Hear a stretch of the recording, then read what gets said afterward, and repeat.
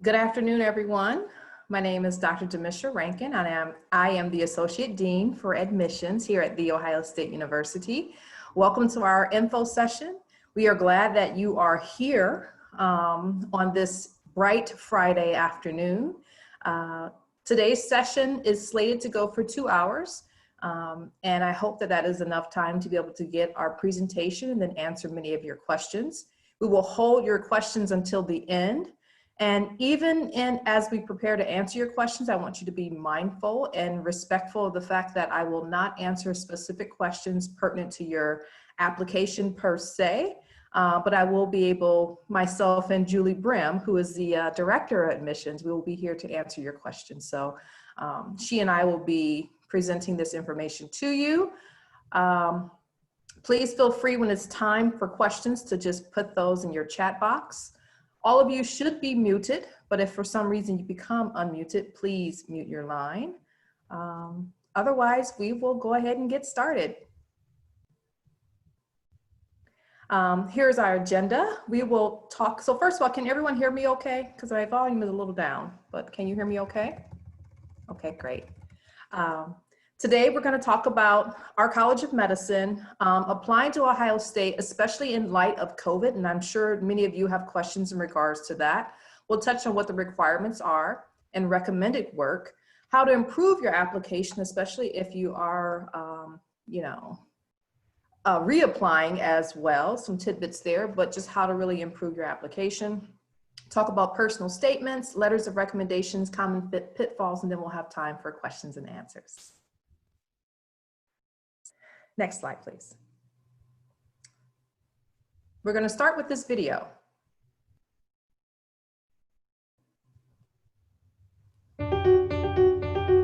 Growing up in a small Appalachian town in Byesville, Ohio, I always wanted to go to Ohio State. Once I made the decision that I wanted to go to medical school, I'm like, man, I would love to go to Ohio State. Within being here just a few months, I felt like I already had a network and a family, quickly became a Buckeye. Coming here on interview day, I was just blown away by all the fantastic people, the friendliness, the community here, the diversity here.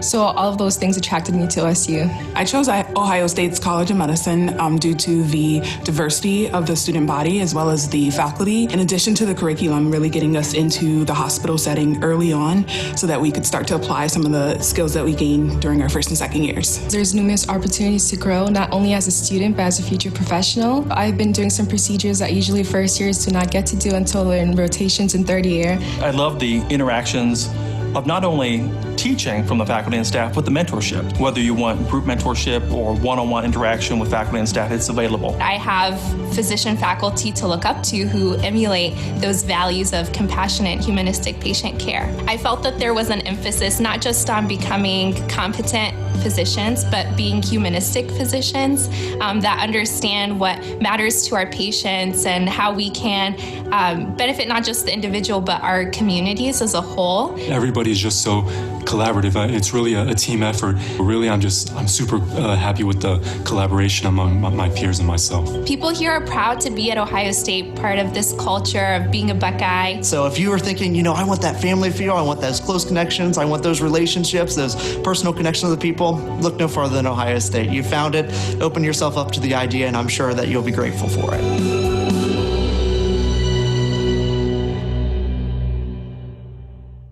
And so I really appreciate our student sentiments, because I think as you guys embark upon this next admission cycle, things will be much different. I think it'll be difficult for you really to appreciate the sense of strong culture that we have here. And so I'm happy to be able to share those comments with you guys.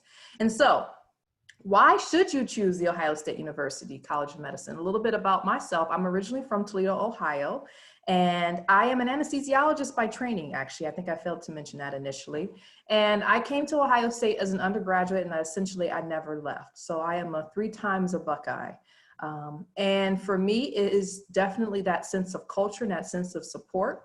And so I am very proud to now be the Dean for Admissions, to be able to carry this work out and have such a strong impact in making a difference in students' lives. And so here at our College of Medicine, we seek to champion individuals who are driven to become empathetic and compassionate leaders in medicine. And so this means that if you are thinking about being a physician scientist, if you are thinking about you want to pursue your master's in public health, or you want to pursue an MD, JD, you want to be a clinician scientist, these are all possible here at Ohio State because we empower you to envision the difference that you can make while advancing innovations and solving unrelenting medical and healthcare challenges. And so, next slide, please. In terms of our people, we are a very large institution, but do not fret over that. We still have a very strong sense of community. We have over 1,500 physicians on staff. There are over 800 residents and fellows in every type of specialty, from primary care, surgical specialties, oncology, obviously anesthesiology, and over 23,000 staff. We have 3 magnet designated hospitals, which is a pretty prestigious recognition or designation. We have 7 health sciences colleges on a single campus. So that means in addition to the College of Medicine, we have the College of Pharmacy, Optometry, Nursing, Physical Medicine, and Rehab. So that allows for such strong collaboration and cross-pollination across the various specialties that is truly a benefit. And there are over 30,000 alumni. I think my experience has been that you can't get too far without saying OH and someone may respond IO. So truly a big culture, Buckeye Nation. Next slide, please. We're very proud of the fact that we're currently ranked number 34 out of 157 medical schools, and we're currently ranked number 14 out of 87 public medical schools. And there are a lot of things that go into this, that research, funding, patient care and patient outcomes, patient satisfaction, teaching ability, all those things tie into this national ranking. So we're very proud to be ranked as we are in the Midwest. I mean, nationally, and the fact that we're located in the Midwest is definitely a plus. Next slide, please. In terms of our most recent class that will be beginning medical school here in August, we have a total of 205 students. So our class fluctuates between 200 and 209 each year. And so this year we have 205. 22% of the students come from underrepresented backgrounds in medicine. And 110 students in the class are female and 94 are men. And we have 1 non-binary student in the class. The majority of our students come from Ohio. Many of you may or may not know that Ohio State University was actually founded as a land grant institution. And so the primary endeavor or primary goal was to serve the people of Ohio.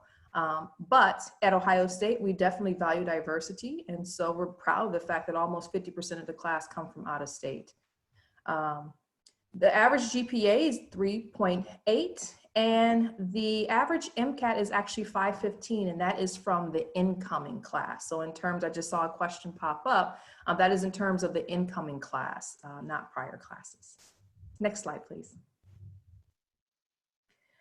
It is important to recognize that there are many paths to medicine and obtaining your MD. You have the traditional MD path, which is 4 years of medical school. We also have a 3-year primary care tract that our students can take advantage of. And you should say, well, what is this 3-year primary care tract? It is an accelerated curriculum, meaning it still has the same content, but you're on an accelerated path and you finish medical school in 3 years. And those students that are in this track actually matriculate and match into our family medicine residency program here at The Ohio State University. So there's a couple of benefits to this. So individuals who have a very strong passion and are outright committed to family medicine, you should really consider this primary care track.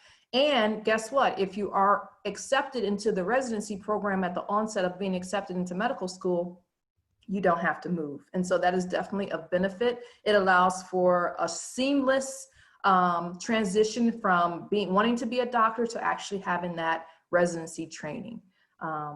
There's more information on our website, but I would encourage you to consider that. And so there are only a handful of programs that have this accelerated track, and we're very proud that we have one of it here. We also offer MD, PhD track, which is our medical scientist training program. And so these students at their onset realize that they want to obtain both an MD and a PhD. So these are the three tracks that degree programs that you guys can pursue. I should also mention that even in the MD, some students come in and say, well, I think I want to become a lawyer as well. And you can make that decision if you're on the MD path. Other students may want to get their master's, and you do have that flexibility to be able to pursue additional degrees along the MD track. Next slide, please. In terms of diversity, I told you we definitely value diversity here. In addition to geography and in addition to educating women, we are serving as leaders when it comes to teaching and educating individuals that are deemed underrepresented in medicine. And so 22% of the incoming class are coming from underrepresented backgrounds. We are fourth in the nation for having the fourth highest percentage of African-American students enrolled in medical school, Med 1 through 4, excluding historically Black colleges and universities. And I'm very proud of this because a lot of times there is a perception that if one has strides to improve diversity and inclusion, maybe this comes at sacrificing quality. This is not the case here. We have highly qualified students that come from diverse backgrounds, and we're very, very proud of that. As I mentioned earlier, more than 50% of our class, incoming class, are women, and this has been so for the past 6 years. And then 32% of our leaders across our medical center are women, so we're very proud of that. Next slide, please. In terms of who we are as an academic center, we are Central Ohio's only academic center. We have 7 hospitals. Just to elaborate on the types of hospitals we have here, we have the James Cancer Hospital, which is very well known and a prestigious institution for treating all types of cancers. This hospital has over 21 floors, and each floor has actually been subspecialized to treat various types of cancers. We have over 1,500 beds total in our system. Other hospitals that I would like to share with you include our Ross Heart Hospital, which is a hospital that is freestanding and designated for the care of cardiovascular patients. We also have a brain and spine hospital, which that hospital treats exactly those types of patients with those neurological disorders. We are affiliated with Nationwide Children's Hospital, and we also have our own freestanding mental health hospital, just to name a few. We have 9 multi-specialty centers. We have the designation from the Cancer Institute, and we have over 100 facilities for which our students and residents rotate through and across. So a wealth of clinical experiences and opportunities for any medical student here. Next slide, please. We are home to some of America's best hospitals. As I mentioned earlier, we're one of the only academic center here in Central Ohio. We're ranked #1 in Columbus. We have 8 adult specialties that have been ranked nationally, such as ENT, some of our oncology. We are the 3rd largest cancer hospital in the nation. And our pediatric hospital, Nationwide Children's Hospital, is also ranked very highly according to U.S. News and World Report in terms of pediatric hospital care and research. And we also have our community hospital. That's one I failed to mention earlier. It's situated on the near east side of Columbus, and it works and functions to help in an underserved community. Next slide, please. Now we're going to talk about actually applying to The Ohio State University. I'll turn it over to Julie. Hi, everybody. I'm Julie Brim. I'm the Director of Admissions here at Ohio State. So I'm going to walk through a few things for you here. Let's talk about actually applying to medical school. So first, let's talk about the changes that we've made this year. Lots of changes that happened with COVID. So primarily, the changes that we've made here at Ohio State have to do with our coursework and our letters of evaluation. So we are allowing pass-fail coursework for anything that you took this past spring, and that includes our prerequisites. So even if it was organic chemistry and you needed to take it pass-fail, that's fine. In addition, for spring and summer of 2020, we are accepting online coursework and labs. So we're really trying to make it less stressful on any of you that are actually applying right now in this cycle. Additionally, in terms of letters of evaluation, Traditionally, we require 2 letters. One of them needs to be from someone that graded you in a science course. But for this particular cycle, the letter, it's fine if that science course was a pass-fail course that you took in spring 2020. Next slide, please. Okay, so the MCAT and deadlines. So we made a big change this year because of all the MCAT cancellations. We didn't want anybody to be overly stressed about the fact that they may have had to schedule and reschedule their MCAT. So we are actually accepting applications from individuals that have not yet been able to take the MCAT. So we're going to base your application decision on the information that's available at the time that you apply. We do require a valid MCAT for actual admissions decisions, but we will let you go ahead and have your secondary and fill that out without yet having a score. And we let people know you would just want to put something in the intended date if there's any of you out there that have not yet applied. And that just gives us the heads up. For example, if you had already taken the MCAT and you wanted to take it again, that you have another score coming. And then we've also moved our deadlines this year. So the deadline to request a secondary application from Ohio State has been extended to November 15th from the 1st. And then also the deadline for completing that secondary has been extended to December 31st from the 15th. Next slide, please. So let's talk a little bit about prerequisites. So those vary school by school. So we always encourage you to reach out and make sure you understand what the prerequisites are at any school in which you're applying. So for us, we require 1 semester of introductory or higher level biochemistry. We require 1 year of biology. We require 1 year of general chemistry, and that consists of both the course and the lab work, and that needs to incorporate both quantitative and qualitative analysis. Organic chemistry, we require a year, again, with labs or equivalent. We do know there's some schools out there that have shortened their organic chemistry. So for example, they just have 1 of the 2 labs. And in that case, we would just need a letter from your school explaining that. And then also we require 1 year of physics with a laboratory experience. Okay, so recommended pre-work. So in addition to all those things that you have to take, there's lots of things that we also recommend you take. Anatomy is really excellent. These are all things that are really going to help you get ready for the MCAT. Writing and speech, that's going to emphasize your written and verbal skills. Social sciences especially. Since the MCAT has added that 4th section, which is psychology and sociology, what we like to call the social determinants of health. Taking a psychology and a sociology course is key. It can be entry level, it doesn't have to be advanced. Obviously, anthropology and economics are also great. Humanities are wonderful. We don't just want you taking science classes. And anything that has to do with diversity, that talks about differences in culture, in history, current circumstances, and ethics, of course, which those address questions and issues related to morality and moral behavior. So that can include things like meta-ethics or normative ethics. All these are really great things that are just going to provide you that well-rounded knowledge. Okay, so let's talk about the primary AMCAS application. So for those of you that have not yet applied, AMCAS is what you'll go through to apply to medical school. It's like the Common App for undergrad.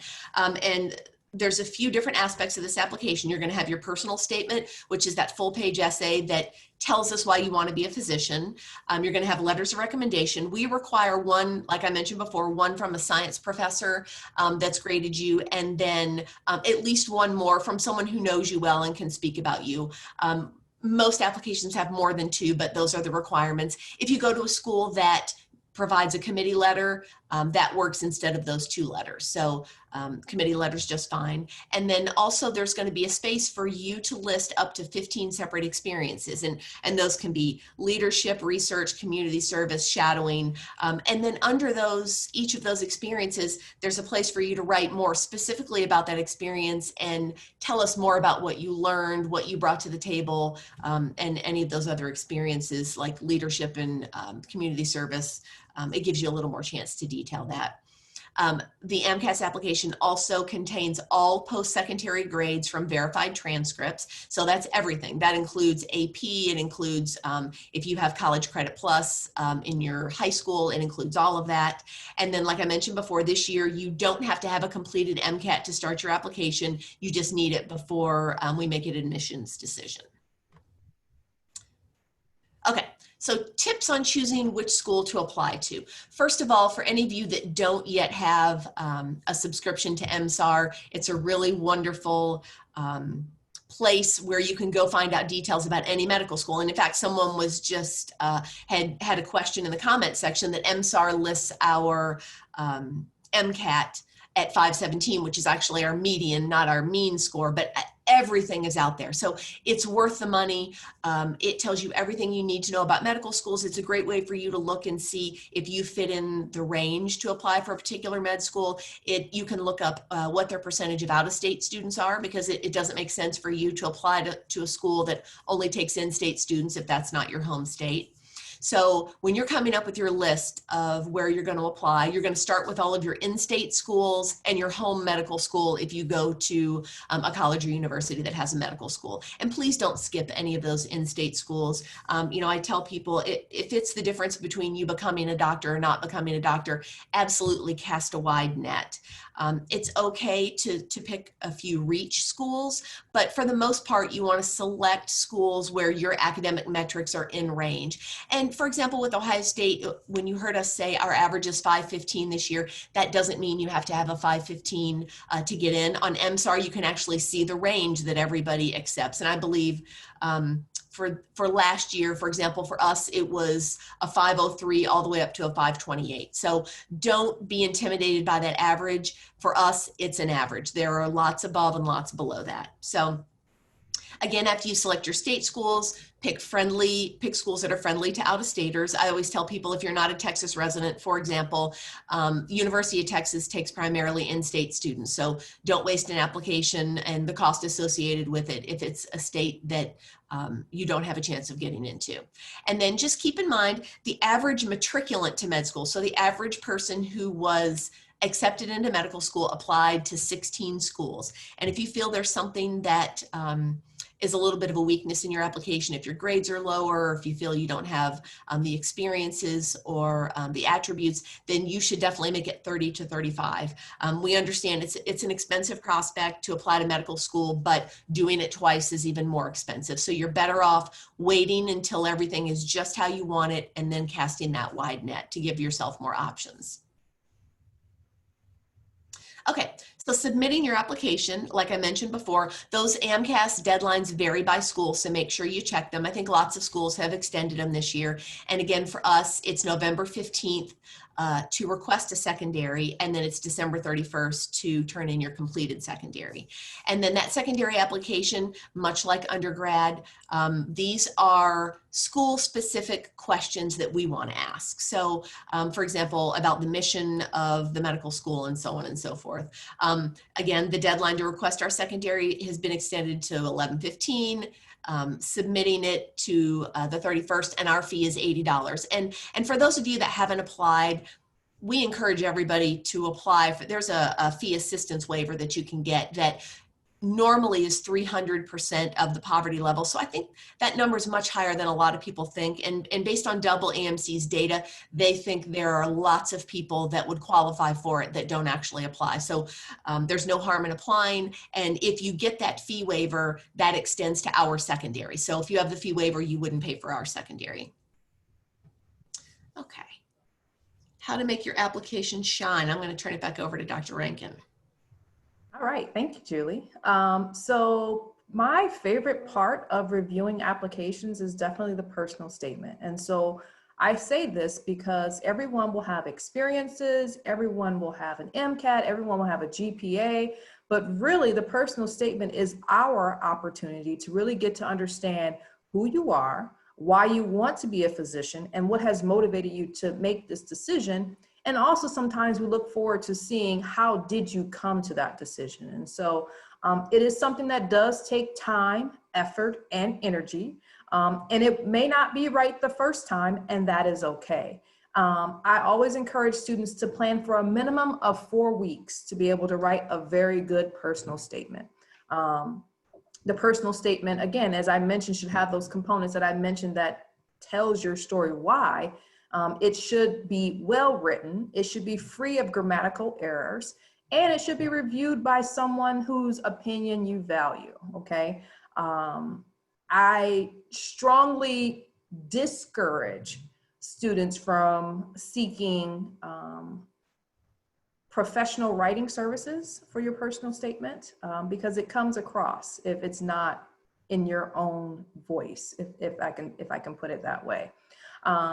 You really want an intriguing introduction. You want something that illustrates what kind of person you are, whether you're involved in sports, if you're a swimmer, and how the art of swimming or the practice of swimming ties into your work ethic and your determination and your ability to achieve goals, and how that ties into your desire to want to be a physician. It should have reflections about the meaning and the impact of various life experiences that you've had. It should be a convincing narrative, again, of why, and should have an optimistic conclusion. And so this does take time. So individuals that you can have review them include, maybe if you have a mentor, a roommate, someone else that is actually applying to medical school, or even family members can sometimes provide a nice critique. But you want to be able to write it, put it down, and then come back and then really be able to provide a nice woven theme. And it is important to avoid some things. You should never beg in your personal statement for an interview. You should not bring up controversial topics such as abortion or the death penalty or even politics sometimes. You just want to avoid those things that for the reader is not viewed as offensive. This is why having more people read it is really, really helpful. It shouldn't be too long and it shouldn't be too short. And again, beauty is going to be in the eye of the beholder, but it really is one of my favorite parts of the application to read. Next slide, please. Okay, so let's talk about letters of evaluation. Before I do that though, I wanted to answer a couple of questions that have come up in the chat. So the first one, if I'm out of state and attend OSU undergrad and I'm unable to establish residency in 4 years, do I have an advantage compared to other out-of-state students? So a couple of things here. Establishing residency in Ohio is fairly straightforward. You only need 12 months to do that, and the majority of our first-year medical students are able to do that, so they're paying in-state tuition their second year. As Dr. Rankin mentioned, we have an almost equal amount of out-of-state students as we do in-state, so we don't look upon you more favorably if you're from Ohio. Now, that being said, we have more applications from Ohio State just because that's where we are. So you don't have an advantage going to Ohio State, but there are more students here from Ohio State than any other just by virtue of the numbers. And then the second question was, is the amount of time you take to complete a secondary a factor that's considered? We don't pay attention to how long it took you to do the secondary. That would come into play though if you held on to your secondary and didn't submit it until late in the cycle. So what I like to tell people is outside of this cycle, if you haven't yet applied and you're planning to do it next year, for example, when you hit enter and you submit your application, it takes 4 weeks for AMCAS to verify everything in your application. So that's really 4 weeks before you're going to be getting any secondaries from any school. So that's a good time to start thinking about what you want to write about. This year, because of COVID, a lot of schools posted what their essays were so that there was no waiting time. So and oftentimes those, you can look around on the internet, a lot of times essays don't change and you can start to kind of put together your thoughts for secondary. So, we do encourage you not to hold on to it for too long just because you don't want to find yourself late in the cycle. Okay. We've actually posted our secondary questions on our website as well. Yep. Okay, so letters of evaluation, who to ask. So 2 professors from which you received a grade, that's what we recommend. And then supervisors, managers, or those you've worked with in a community or volunteer service. You want people that know you well. There's nothing wrong with a shorter letter. That you can have a glowing letter that's shorter, but if it's too short, like this first one, I've known this person for 5 years. They took 5 biology courses and also conducted research with me in my lab. Their performance was adequate. Feel free to contact me. I'm going to guess there was not a deep and meaningful relationship with the person who wrote this letter. So something to think about. We get that if you're going to have numerous letters, you're not going to have necessarily long-term relationships with all of them, but they should at least know you. And if it's a science course, definitely get to know that professor, go to office hours, talk to them about you wanting to be a physician. It shouldn't just be this person got an A, end of story. And again, they're gonna provide guidance. You want to give them guidance about what they should talk about, you know, whether it's perseverance, self-directed learning, leadership, critical thinking, compassion. A couple of things I like to mention to people. First of all, and some of this is generational, always ask for that letter in person. Now we get, right now with COVID, that completely turned everything on its ear. But in any other year, you would always want to ask in person and provide that person your CV to really make it easy for them, because they may know you very well in class, but may not know all the fabulous things you've done elsewhere at your local food pantry or the VA hospital. So definitely give them the opportunity to talk about that. Now this next letter, sometimes, again, this addresses what I just said. In the second paragraph, it says, she occasionally came to office hours, joining in on our discussions. She did not ask me to write this letter in person, so it's difficult to really see how she's grown over the past 3 years. So not something you want listed. If you have applied to medical school more than once and it's been a year, you're going to want to ask folks to refresh your letter, and that's certainly understandable. You don't necessarily want to submit a letter that's 4 years old. Now, if you graduated from school some time ago and you don't have the opportunity, that's fine. We just wouldn't want to see every letter dated multiple years ago. Okay, someone mentioned real quick, and I'll get to these questions in a second. Again, this last one. This last letter, they were a student in my introductory physics class, and then they talk all about the course. It's a very demanding course. They received an A. This puts him in approximately the top 11% of students who took the course. He would occasionally attend my office hours to ask questions about the course materials, during which he demonstrated a good general understanding of the course concepts. I give him a strong recommendation. So again, you don't want them to have to resort to talking about the course for more than a couple of sentences. Same with your research. You know, you wouldn't necessarily want a letter where your PI spent the entire letter talking about what the research was, because they don't have any sort of relationship with you. So just keep those in mind. The other thing I would say, in addition to asking in person, when you ask someone to write your letter, ask them if they feel comfortable writing you a positive letter of recommendation. You need to give someone that out. And if they hesitate, turn and run the other way. You may not have the relationship you thought. You may barely have a relationship. So it's better to not get a letter from someone than to get a letter that is questionable, that isn't glowing. So don't be afraid to just say, you know what, that's totally fine, but definitely give them that out. Now, a quick question, where can we find the released secondaries? If you go to our website, it's medicine.osu.edu, and I think we'll probably post the link up here in the chat. There is a big button that says COVID, and when you click on that, it takes you to the bottom of the screen, and you can see all of those prompts for this year's secondary. Is it acceptable for TAs to submit letters? We do understand that, for example, Ohio State's a big university. You could have a science course with 600 people. As long as that person graded you, then that's fine. There's the link, by the way. A similar question, do you have any recommendations for students who have been out of school for a few years? Okay, and again, if it's been numerous years, we understand that you're not always going to be able to get one from a professor.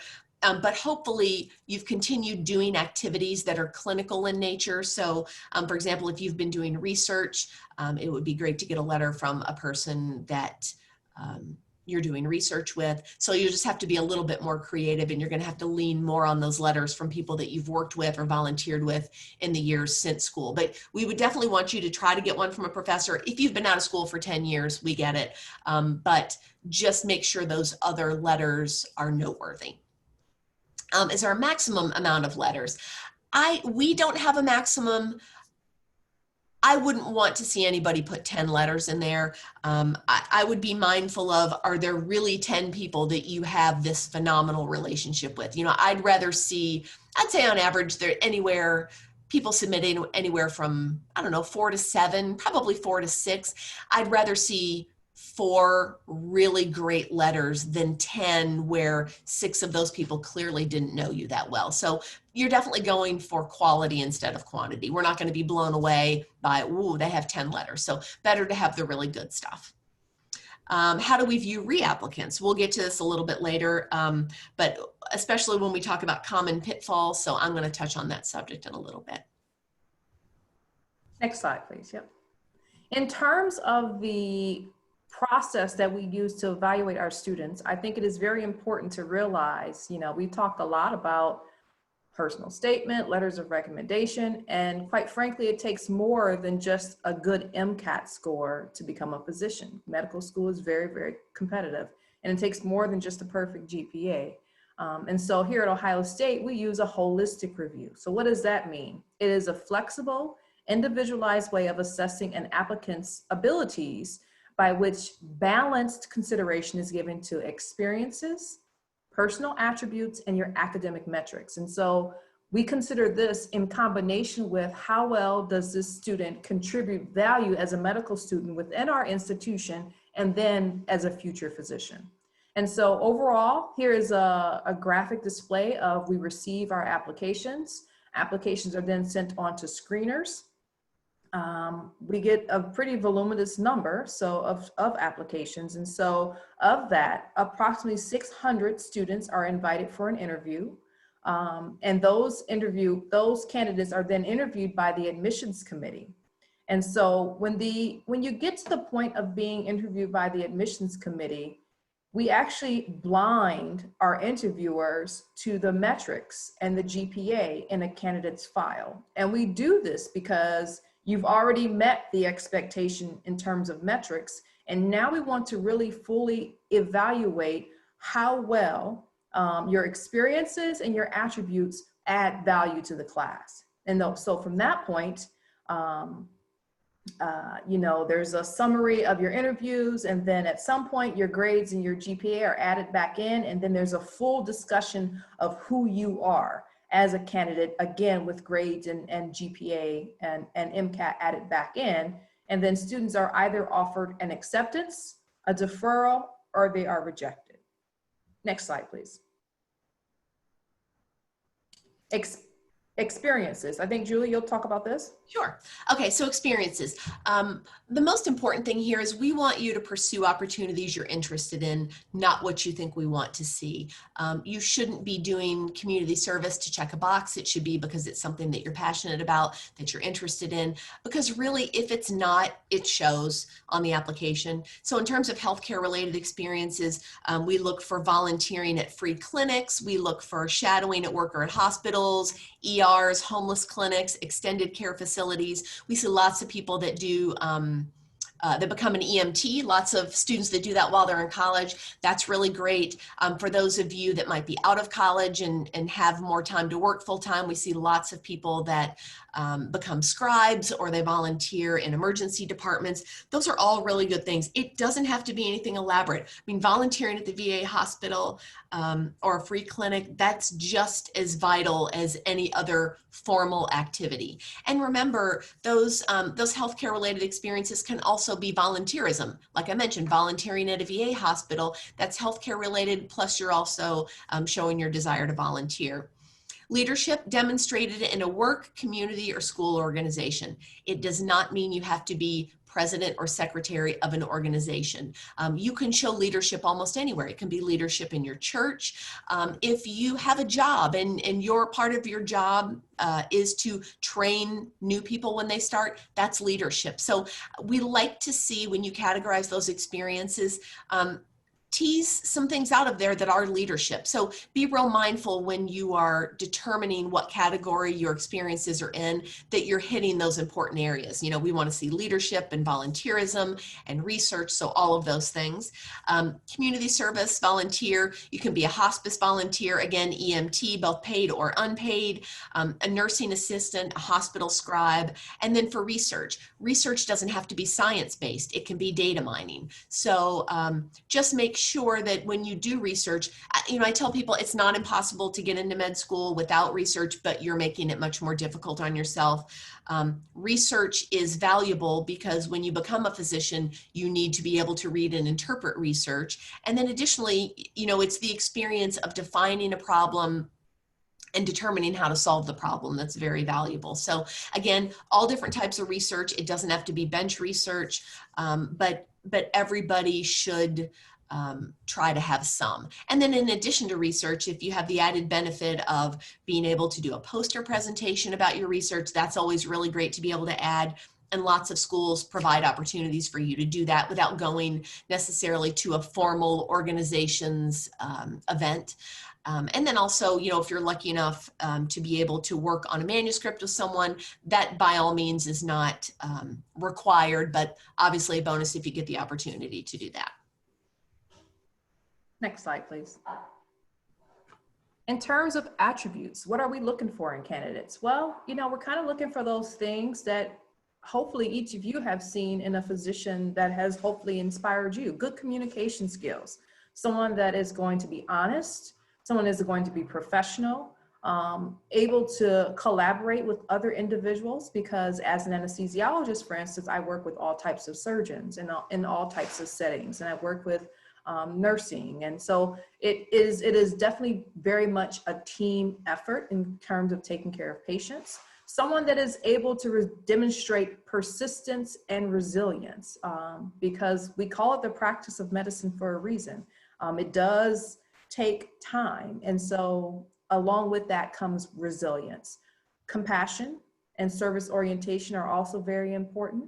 I think there are many other mechanisms to make a lot of money very quickly, and it's not by pursuing all this training. So that's what we're looking for. Critical thinking, as Julie kind of talked about, is very important. And so honestly, those things that we kind of learn in kindergarten actually are what we're looking for when it comes to selecting class. Someone that plays nicely in the sandbox, someone that uses their manners and is respectful of other people, and willing to learn. Next slide, please. Okay, so metrics. When we talked about, you know, the holistic approach, metrics are only a third, but we do look at metrics. So with your GPA, everything counts. So whether you go to a school that has what we might call, some people call freshman forgiveness, or the ability to take a class over again, when you fill out your AMCAS application, even if you've taken that class over again, that is entered in as well. So every class you've taken counts. And then primarily for us, what we're looking at is your second, what we call your second GPA, which is BCPM, which is biology, chemistry, physics, math. Because we at Ohio State, we don't have a preference for what you major in. It doesn't have to be a science major. We've had sociology majors, we've had English majors, business majors. So that BCPM GPA is really the best way for us to compare apples to apples. And then in terms of your MCAT, you want to take the time to prepare. It's not like the ACT and SAT where you might just take it once to see how you do before studying. Please don't do that, because unlike the ACT and the SAT, when you apply, every time you've taken the MCAT will be on there. So you can't pick and choose or super score. So be real mindful about that. And then also be flexible. If you have a pending MCAT date and you're getting close to that date, and you can see through taking your practice exams that you're just not continuing to increase your score, be prepared to postpone. Right now with COVID, they're not charging anyone to postpone, but better to postpone than to go ahead and take it when you feel you're not ready. And you want to be, if that score isn't going up, you want to ask yourself, is the way I'm preparing really the best way? So you want to have that flexibility. Okay, so let's talk about some common pitfalls. So when I mentioned that the average matriculant applies to 16, one of the common pitfalls is not applying to enough medical schools. I have spoken with many people who were not successful, and when I asked them how many schools they applied to, they said 3. Applying to medical school is not something you want to dip your toe in just to see how you do. We can see that you've applied before, whether it was our school or another school. We can't see those schools unless you apply to us. And it doesn't mean we're not going to pick anyone that has reapplied, because we have lots of reapplicants that we accept every year, but your goal is to just do it one time. Another common pitfall, not applying early enough or applying too close to the deadline. So the AMCAS application opens up at the end of May. You can hit submit in June. And then, like I mentioned, it takes 4 weeks for your application to be verified. So that's time for your MCAT score to catch up in a normal year with your application, for those of you who may be out there and either have not taken the MCAT yet or are waiting for your score to come back. But you want to be mindful of that time, because by August, many schools have thousands and thousands of applications. So to put yourself in the greatest advantage, you want to apply early in the cycle. And if you have not yet applied yet and you're planning to apply next year or X number of years later, ideally you apply when it first opens. You have all your stuff ready to go and you hit enter in June. And then you're in there when the pool of people is smaller, because you have to, your application has to be verified, then it has to be screened, and then we send invites for interviews. So the earlier the better. So not seeking guidance or not following advice. This happens a lot. I would say if you take the time to go in and speak to someone, an admissions advisor of any sort, and they say, this is what I would do, try to follow the advice. I think a lot of times people feel hurried. They think, gosh, I'm 23, 24, 25. I have to go to medical school right now. Absolutely, age is not a factor for us. We have people that start every year that are in their late 30s, even 40s, lots of people that have a second career. So my point in telling you this is, don't be afraid to take a cycle off if you've applied and haven't been successful. So again, this goes along with the next one, reapplicants not waiting for enough time to elapse for improvements in candidacy to be apparent. A really good example of that would be someone who has decided, okay, my grades were maybe not quite up to snuff, so I'm going to do maybe a graduate degree or do a post-bac program to really show that I understand those science courses. Well, if I was, let's say I applied this last cycle, I wasn't successful. If I'm starting the post-bac program this fall, it doesn't make any sense for me to apply to medical school right now, because the medical schools can't see any of the grades that you've gotten in your post-bac program. So ideally what you would do is pause, take your, do your post-bac degree or your graduate degree if that's what you're interested in doing, and then not applying until you're finishing up with that degree. Because although you can send update letters when a school has thousands and thousands of them, an update letter is never part of your AMCAS electronic application. So you're taking a big risk by assuming they can keep those two things paired together and realize that you've done really well in your first semester. So don't ever be afraid to take a cycle off if you're a reapplicant. In fact, when we see someone that's hurried up and applied and their application hasn't changed, that's one of the bigger mistakes you can make. You're so much better off to just pause, because we would tend to look at that application and say, wow, okay, they really thought about what they were doing, and I can see all the newness in their application. So another pitfall with the MCAT that I talked about before, taking it before you're ready. Don't be afraid to wait. And if that means you wait out a cycle, wait out a cycle. In the end, that year is going to be just a blip on the radar.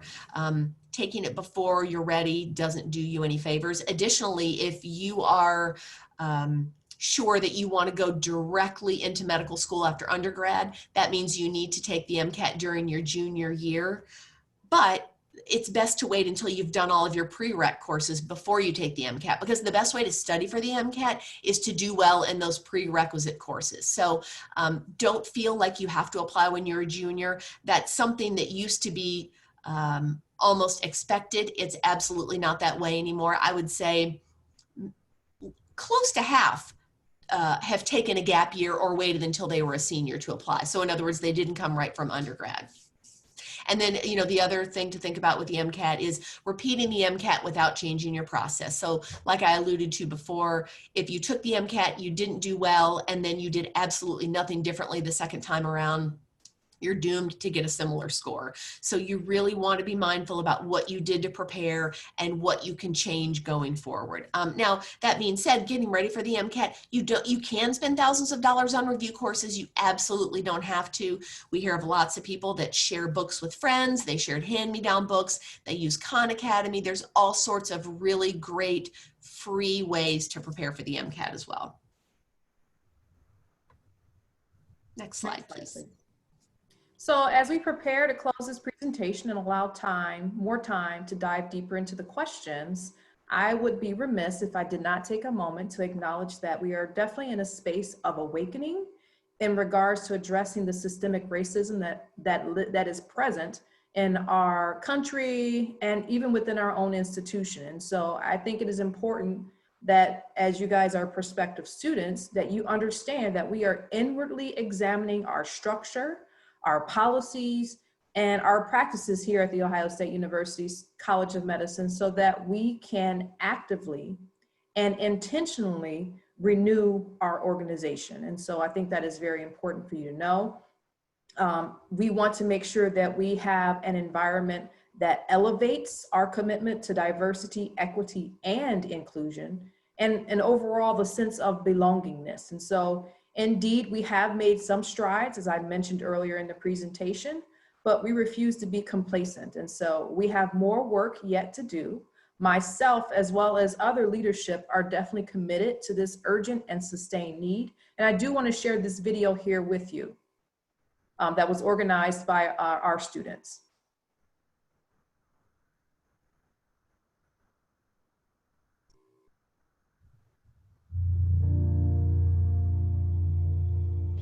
For all of those who came here today to boldly answer this communal call to action, we kneel today for 8 minutes and 46 seconds to symbolize the 8 minutes and 46 seconds George Floyd was pinned down while a police officer kneeled on his neck. We kneel today to say that silence is betrayal. We kneel today to loudly and emphatically exclaim that the outcries of marginalized voices will no longer fall on deaf ears. Systemic racism is a weed that has never been uprooted. Every couple of decades, we as a society just trim its leaves. So Buckeyes, what does a weed do when you don't kill it? It grows. We kneel today to acknowledge that police brutality and systemic racism are not political problems. They are public health crises, just as alarming, just as devastating as the COVID-19 pandemic. We kneel today as Ohio State Buckeyes who affirm that we will not turn a blind eye to the problems that have been plaguing Black and brown communities for decades. It is our job as the Ohio State Buckeyes to build the community that we want to see. That's why we must kneel.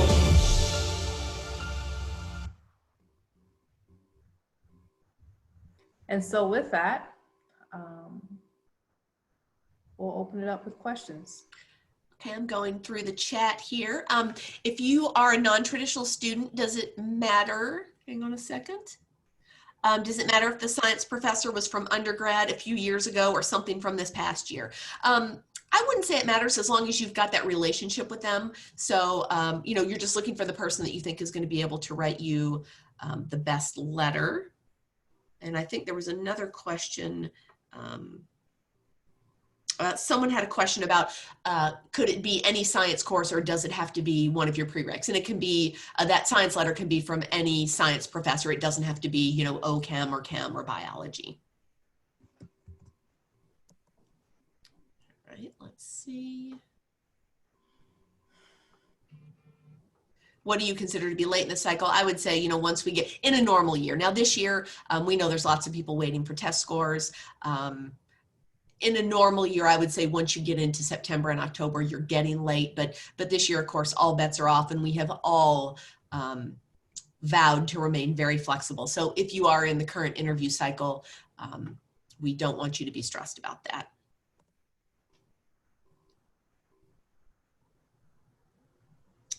Okay, let's see.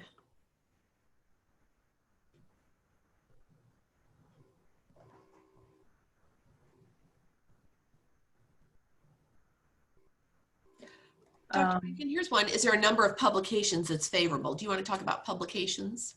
You know, any publication that a student is able to get, whether it be in a poster presentation format or a actual scholarly work, that I think that is just simply a great demonstration of your abilities. And also sometimes it can be the resources that you have access to, because not everyone will have a publication, so it is not an expectation. But it is nice when we do see it, that students went that extra route or had the opportunity to go that extra route, because again, not every student has that ability. But we do expect you, I mean, I know we talked a little bit about this research already, but it is kind of expected that you're able to demonstrate that critical thinking. So here's one. If you gain additional or new experiences once you've submitted your application to AMCAS, is there a preferred way to let the committee know about it or add it to your application? We take all updates electronically, and you would just want to send those to us. Our email address is medicine@osu.edu, and you would just want to put your name and your AMCAS ID in the subject of that.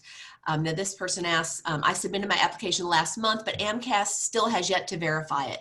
Does this delay put me at a disadvantage to those people whose applications have already been transmitted? Again, this goes back to us being flexible. All medical schools understand that AMCAS has a backlog right now. So no, absolutely, even if it takes a couple weeks longer, just remember, you are not alone. There are hundreds of people in the same boat. So try not to stress about that. It takes so long to process through applications that it's not going to put you at a disadvantage. So don't worry about that at all. Someone said, is it frowned upon to take the MCAT more than once? I think Julie spoke to this a little bit. It's not necessarily frowned upon because we do see it, but we do look at the time in between, the difference in the performance, and, you know, if there's any offered rationale for that, because again, honestly, you want your first attempt to be your best attempt, period. You want to make, this is not a test that you just want to just see how you do, as Julie mentioned. But there are reasons. Sometimes students get sick, or they have a major loss in the family, which can affect it. So if you're not ready, please, please, please reschedule it. Here's a good one. Would high school dual enrollment courses at Columbus State count towards my GPA? So AP courses count, that dual enrollment, which I refer to as College Credit Plus, all of those count. Anytime you received a grade from a college or university, absolutely those all count. Let's see, should I submit my secondary before I take my MCAT? Dr. Rankin, I'll let you talk to that one. This is a little trickier.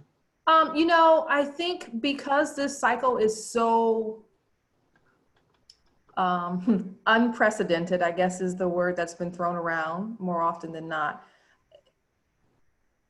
Your application, we are willing to accept your application if it's not necessarily quote unquote, if you still have a pending MCAT. That is fine because we expect to see an intended date. The way our system is set up is that we actually will have an internal check where we go back through at the end of a particular time, probably later in October or early September, where we start to make sure that all those applications that were submitted earlier and were set aside because we're either waiting for MCAT or whatever we were waiting on, usually MCAT, that we actually go back through and start to plow through those applications. And so traditionally speaking, you want to get your application in early, and that has been the precedence. However, we fully recognize that things changed. And I think it is important to make sure that as students, you guys understand that we are actually a rolling admissions, which means that our opening date all the way through the end date, we're continuing to accept applications and we review them in that manner. And so the fact that we're rolling admissions and we're continually evaluating and continually admitting students, it's okay if you have some delays in submitting your application. Submitting it on the last day, your application is still going to be reviewed. Yeah, and along with the rolling admissions, I'm sorry to interrupt, we take just as many students in March as we do in September. October 15th is generally the first day that AMCAS lets you admit students, but we absolutely take an even number all year. We accept people every year who didn't come for an interview until the very last day. So we are truly rolling admissions. And we'll have lots of people, say at the beginning of the season, that might be put on the wait list. And because we're rolling, they'll get an offer of acceptance anywhere from 2 weeks from the point they went on the wait list to the summer. So if it gets to that point for you and you're on a wait list, do not despair. Here's a question. If your school does offer 1 semester of organic chemistry lab instead of a full year, would you need to send a letter during the secondary application process? No. The only time that'll come up, if you're invited for an interview, we review your prereqs at that point, and we would say to you, hey, we noticed you only have 1 organic chemistry lab. And then you could say, oh, if we didn't already have your school down as a school that just offers that 1, then you could just get someone at that point to write a letter for you. It would be the head of that particular department. In terms of minimum GPA and MCAT, I think it is important that it says, is there a minimum GPA MCAT that is screened for and required to receive an interview invite? I think it is important to recognize that we post averages of both our MCAT and our GPA for reasons, because there are students that have it above, numbers above that and numbers below that. And we truly do use a holistic approach. And so it takes more than just the MCAT and GPA. And so I want to try and get us away from this thought that if you have a 2.5 GPA, I think it's going to be pretty unrealistic that you would be offered an interview. However, let's say you go on to your post-baccalaureate program and pull that GPA up to a 3.5. Well, then absolutely. So I think it takes more than just a good MCAT and a good GPA. Here's one. Due to COVID this year, how do we screen applicants? We're screening them like we've always screened them, but on our secondary, we did add another question that allows you to talk about how COVID affected you, whether it was in terms of these were all the things I wasn't able to do, these were all the great things I was able to do because of COVID, or just how it affected you personally, you know, hurdles that you overcame. We really wanted to leave it open for people to be able to talk about how it affected them. We realized that tons of people had shadowing hours or experiences or all these other volunteer things that just absolutely didn't happen because of COVID. And when we're screening this year, we understand that there's going to be lots of people that have fewer experiences, lower amounts of certain experiences, more pass-fail courses than they have before. So we're taking all of that into consideration. Here's one. Is it best to avoid controversial topics for personal statements, even if they're one of your most meaningful experiences on your extracurricular list concerning Black Lives Matter, any reproductive justice advocacy, including abortion advocacy, etc.? I think that it can vary. So I would advise not talking about abortion. I just think you should avoid that. I think that reading the words may come across different than actually having a discussion live in person. So if that's something that you truly feel passionate about, maybe it's something that you could talk about during your interview if it comes up. But our faculty members would never bring such a topic up during an interview. In terms of Black Lives Matter, I think there are a lot of things that could be written about in a personal statement in a very sophisticated way. And I think that would absolutely be a worthy topic, especially if it's something that has provided meaning in your strives for becoming a physician. So I just think I would avoid abortion topics. Now, if you want to talk about social health or determinants and how, Black mothers have higher morbidity and mortality, and this is an area of interest for you, that's a little bit different. Still talking about advocacy for reproductive health, but not abortion. So that's how I would respond to that. But I think you absolutely can get very creative with Black Lives Matter. You just have someone else read it, make sure it's not viewed as offensive, or and also avoid any profanity in any of your personal statements. I don't think I said that. Even if it's a quote, even if it's a quote. Yeah. Here's one. Do medical students have the opportunity to pursue a master's in clinical research? So we have all sorts of research opportunities. The majority of our students that really want to do research, in addition to maybe doing the MD, PhD program, oftentimes they'll take a year off. Last year we had 7 medical students that actually took the full year to just do research. If you're interested, but you don't maybe want to take a year off, there's countless opportunities, primarily between your first and second year of med school, because you have that summer off. And I like to tell people we have more opportunities for research than we have people to fill those opportunities. So there's lots of things you can do. If there are people that are local, we have lots of folks that will go back and maybe continue to do that research even into their 3rd and 4th year if they have time and it's something they're really passionate about. But overall, I would just say the main message is we're incredibly flexible about that. We have no problem with someone taking a leave of absence to pursue research or any other advanced degree, whether it's like we talked about your JD, your MBA, a master's of some sort. That's absolutely, we view that as all worthwhile in furthering your education. Are there any recommendations for getting clinical experience amidst the pandemic? Oh, absolutely. I think depending upon where you are, seeing if your local health department is in need of volunteers to get involved in contact tracing, telemedicine. If you have physicians, family medicine physicians, and if you want to be able to shadow in the telemedicine world, being able to serve the community, to put together safety kits or survival kits for the community. There are many ways to get involved amidst the pandemic. Volunteering at your local homeless shelter, or obviously everyone is still social distancing, but you identify a need in your community and figure out how you can help. So there's definitely some clinical experiences that you can get involved in, as well as volunteering. When applying, is race going to affect the requirements, such as Asian Americans or international students need a higher score to be considered compared to others? Absolutely not, but there is one important thing to note. Ohio State, we do not have international students. So if you're not a US citizen, we take permanent residents and political asylees, but not international students at this point. We do not have an early assurance program.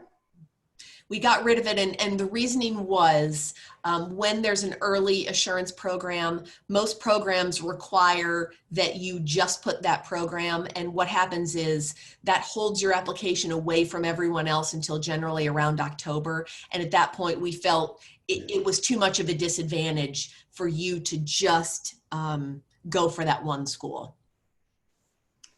Does the admissions committee accept AP credit for physics? If it is on your transcript and it says AP Physics, yes, we'll take it. It can't just say AP credit. Now, that being said, for example, at Ohio State, even if you got a perfect score on the AP Physics or AP Chem or any of that, if you're pursuing a science major, Ohio State, for example, will suggest that you go ahead and take it again, just because AP can't always can't offer the same rigor that a four-year institution does. But no, absolutely. We do have people that complete their entire prereq requirement for a particular, for physics, for example. Primarily it's with chemistry, we'll see. But yeah, we will take those as long as it's detailed on your college transcript. Are there any programs or opportunities for individuals interested in academic medicine, specifically the clinician educator route? I think our website has a whole host of resources that you can explore. I mean, that is a very broad question. And then maybe Nicole, you can just put our medicine.edu in that chat box for our group to be able to go to our website. Can you explain more about how the rings part of the curriculum works during the clinical application period? Also, do you need a car for clinicals? Those are great questions. For the most part, our students are able to get to the clinical sites that they need to, because the majority of our rotations or clinical experiences may be on the main campus. There are some family medicine or some other offices that are around the city, as well as Nationwide Children's Hospital does require, it is a distance from our actual campus. It takes about a 12-minute car ride. I guess it is possible if you wanted to bike. All of our students do gain access or have complimentary access to the Columbus Bus Transit Authority. So I imagine students can get around in that way. And so I would say our students have found a way. I think a car makes it very convenient to be able to get around, but there are other mechanisms. In Columbus, we don't have a subway system or anything like that. So everything is usually above ground. It's actually a very commutable city. And also there is a rural medicine portion, which you would need transportation for. But in those instances where students don't have transportation, I do believe our curriculum has been able to make accommodations. Yep, absolutely. You can say, I don't have a car, I want to stay local. So absolutely don't feel like not having a car keeps you out of the picture. But yeah, absolutely, rural medicine, all sorts of experiences with that you can do. And I don't think I answered about the rings part of the curriculum.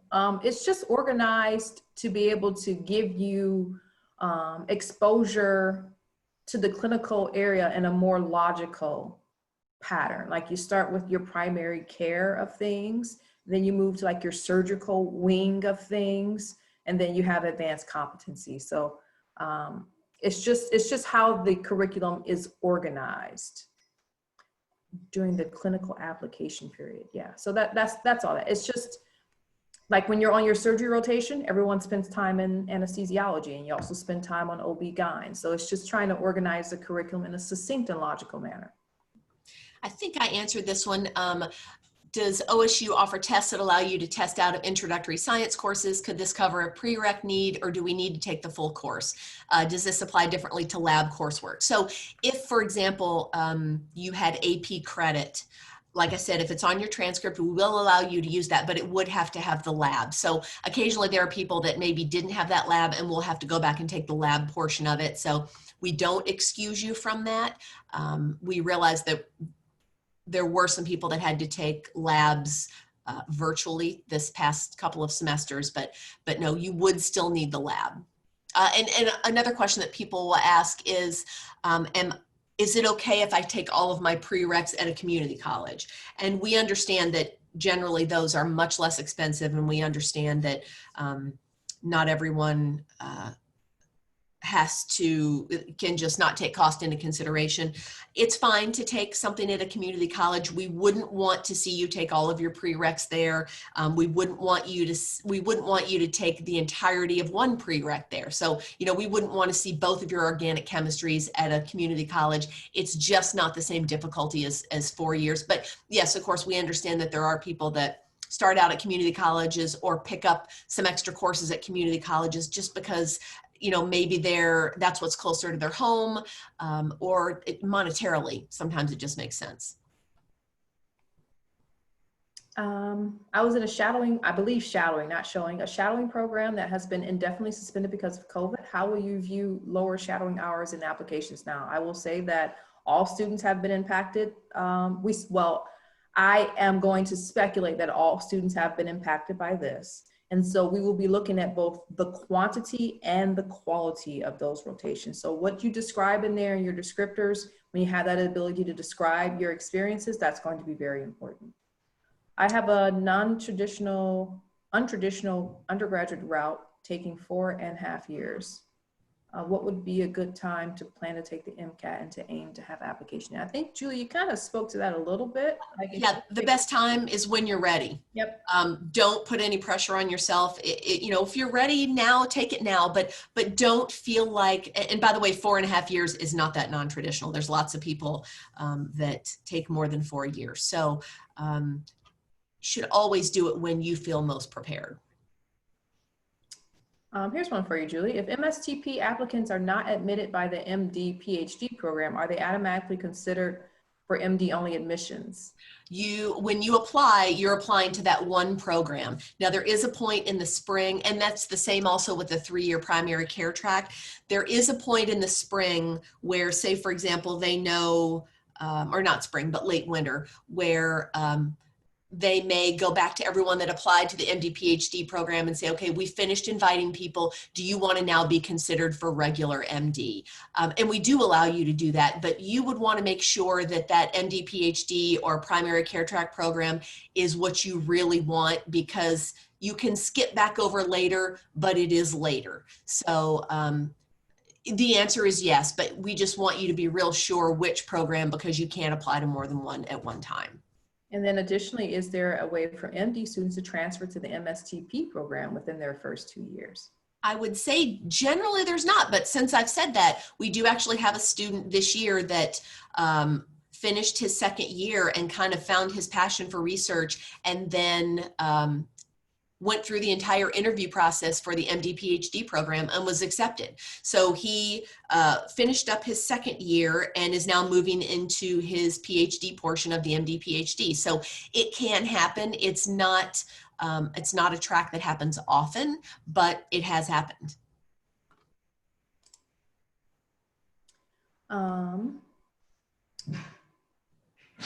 I understand that LSUCOM is sending secondaries to applicants before having an MCAT to report, but will we need the MCAT score before receiving an interview invite? I will say that we look at the students based upon the information that we have. We will not extend an interview invite until we have that score. And so even though you have been delayed in taking that, it is okay, because again, we will go back through our applications and make sure at a certain time to review all those students who had pending dates. And so it is okay. We understand that everyone has been delayed, and we will get to your application. Does the clinical rotation experience vary for MD PhD students versus MD? No, you do the first 2, well, I shouldn't say that. It varies a little bit. I just lied. So your first 2 years, normally if you were in the regular 4-year program, you complete your 2nd year of medical school in April, and then you start your 3rd year in May. When you're an MD PhD student, you finish your 2nd year a little bit earlier, because you have to take the first step of your board exams a little bit earlier, which is called step 1. But then you step away for your 3 to 4 years for your PhD, and then you join everyone at the beginning of 3rd year, and then it's exactly the same. So it's really more those first 2 years that are just a little bit different, because you have to get through some of the material not a little bit faster, a little bit differently. In between that 1st and 2nd year, when if you were a regular MD student, you would have that big chunk of summer off. MD PhD students have a 12-week session where they're finishing up part of their 2nd year, so they can take step 1 earlier so they can get started on their PhD. I hope that makes sense.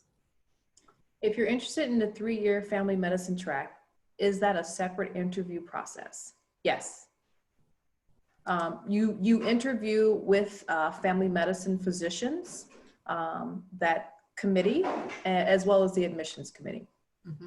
And your interview day is actually, you have an additional interview day with family medicine, but then your actual, I shouldn't say regular interview day, you're with regular MD students during that interview day, and but then you have an additional day where you're just talking to family medicine folks. Oh, global health. This is one of my favorite topics. Dr. Rankin? Yes, we do. We have a whole host, and looks like Nicole has already beat us to it. So there it is. And I think 40% of our students do some sort of global activity. We have a huge global health office. We have places all over the world. Things have changed clearly. But for the most part, anywhere you would want to go, we have probably sent people there. Occasionally there's someone who wants to go someplace new. We just have to do our due diligence to make sure that it's a safe place, and to make sure that the quality of education you're receiving and quality of experience you're getting while you're there can be verified by us. So here's a question. I won't speak to the specifics of this particular question, but I'll answer a question about MedPath. The MedPath program is a post-baccalaureate program that the only way you can apply to MedPath is applying to medical school. And so when you apply to our medical school, I talked about the yeses that we interview, the no's. Even within the no's, there's like a subcategory where we say, well, let's consider this student for MedPath. And so that is the decision tree there. And so I would say that applying to medical school is the way that you get to apply to the MedPath program. And there should be more information on our website in terms of the MedPath program. So again, we said we weren't going to answer specifics about specific applications, so I'll leave that there. Hopefully that gives you enough. Check out our website, please. Here's a really great question. Does the 3-year primary care track have any plans to expand to other primary care specialties in the future? For right now, we're just family medicine. I think ideally we would love to be able to do that. You know, we'd love to be able to do peds. We'd love to be able to do OB-GYN. You know, there's multiple areas that are primary care. That would be wonderful. So I think the goal would be to do that. Whether that will happen in the next year or two, we don't know, but that would be the goal.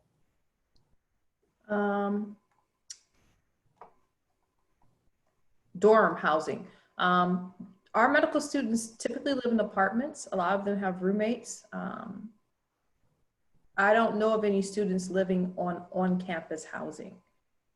I think we have one graduate dorm, but there's a lot of people here. So there's not a lot of people that get into it.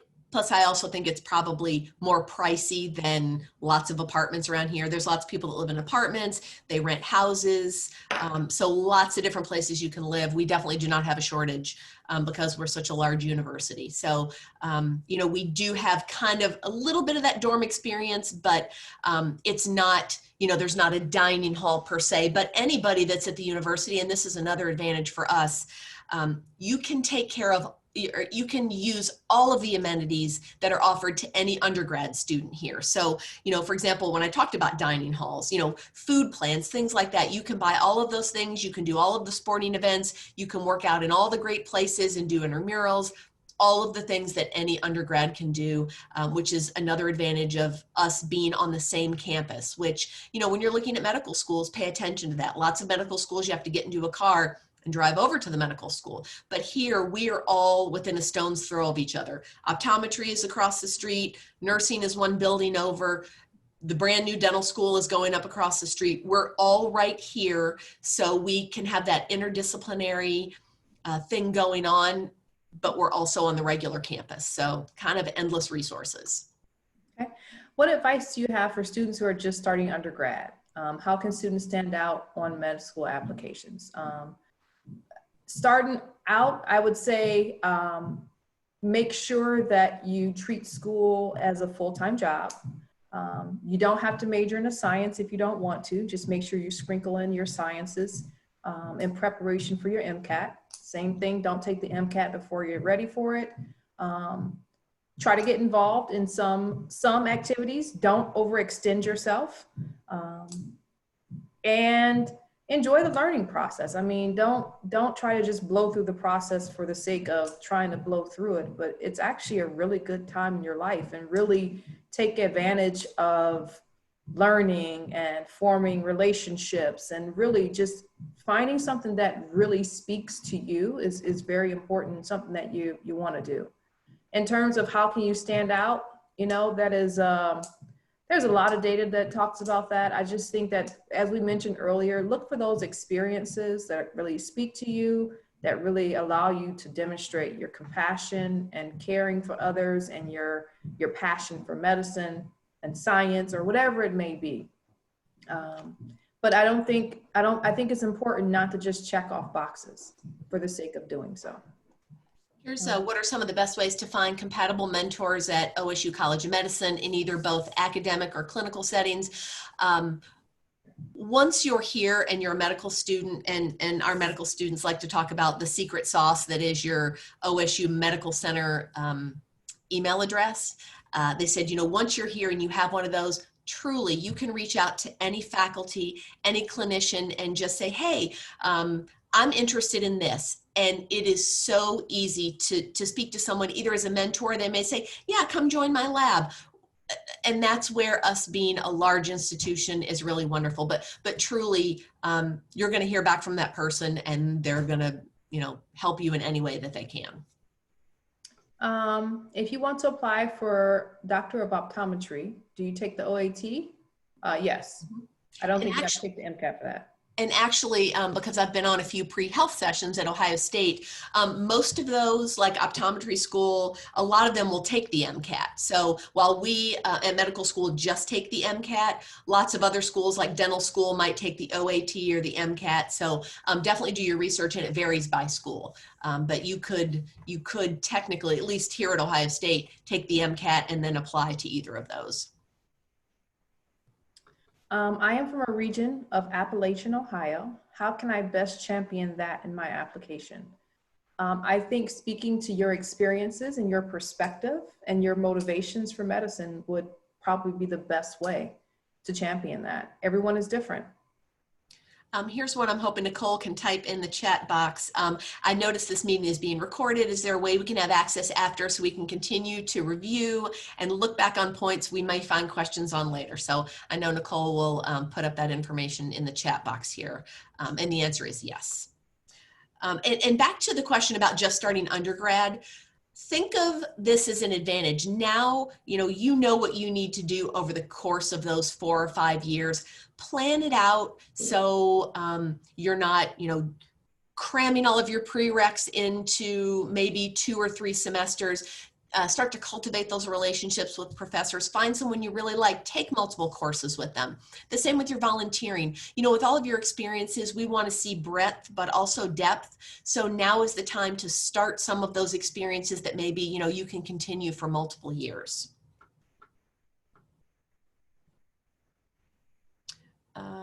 Okay, yeah, there's the information about the recording. And we already answered the question about early assurance. Yep. All right, well, if there are no other questions, we will go ahead and end this session. This has been hopefully very informative for you guys. I feel like in this particular platform, we're able to reach more students, and I'm very pleased with that ability to do so. Otherwise, you guys just got back a half hour, I believe. Yes. 34 minutes of your life. Thank you, everybody. Thank you. Have a great day. Have a great weekend. Stay safe, everyone. Yep. Take care.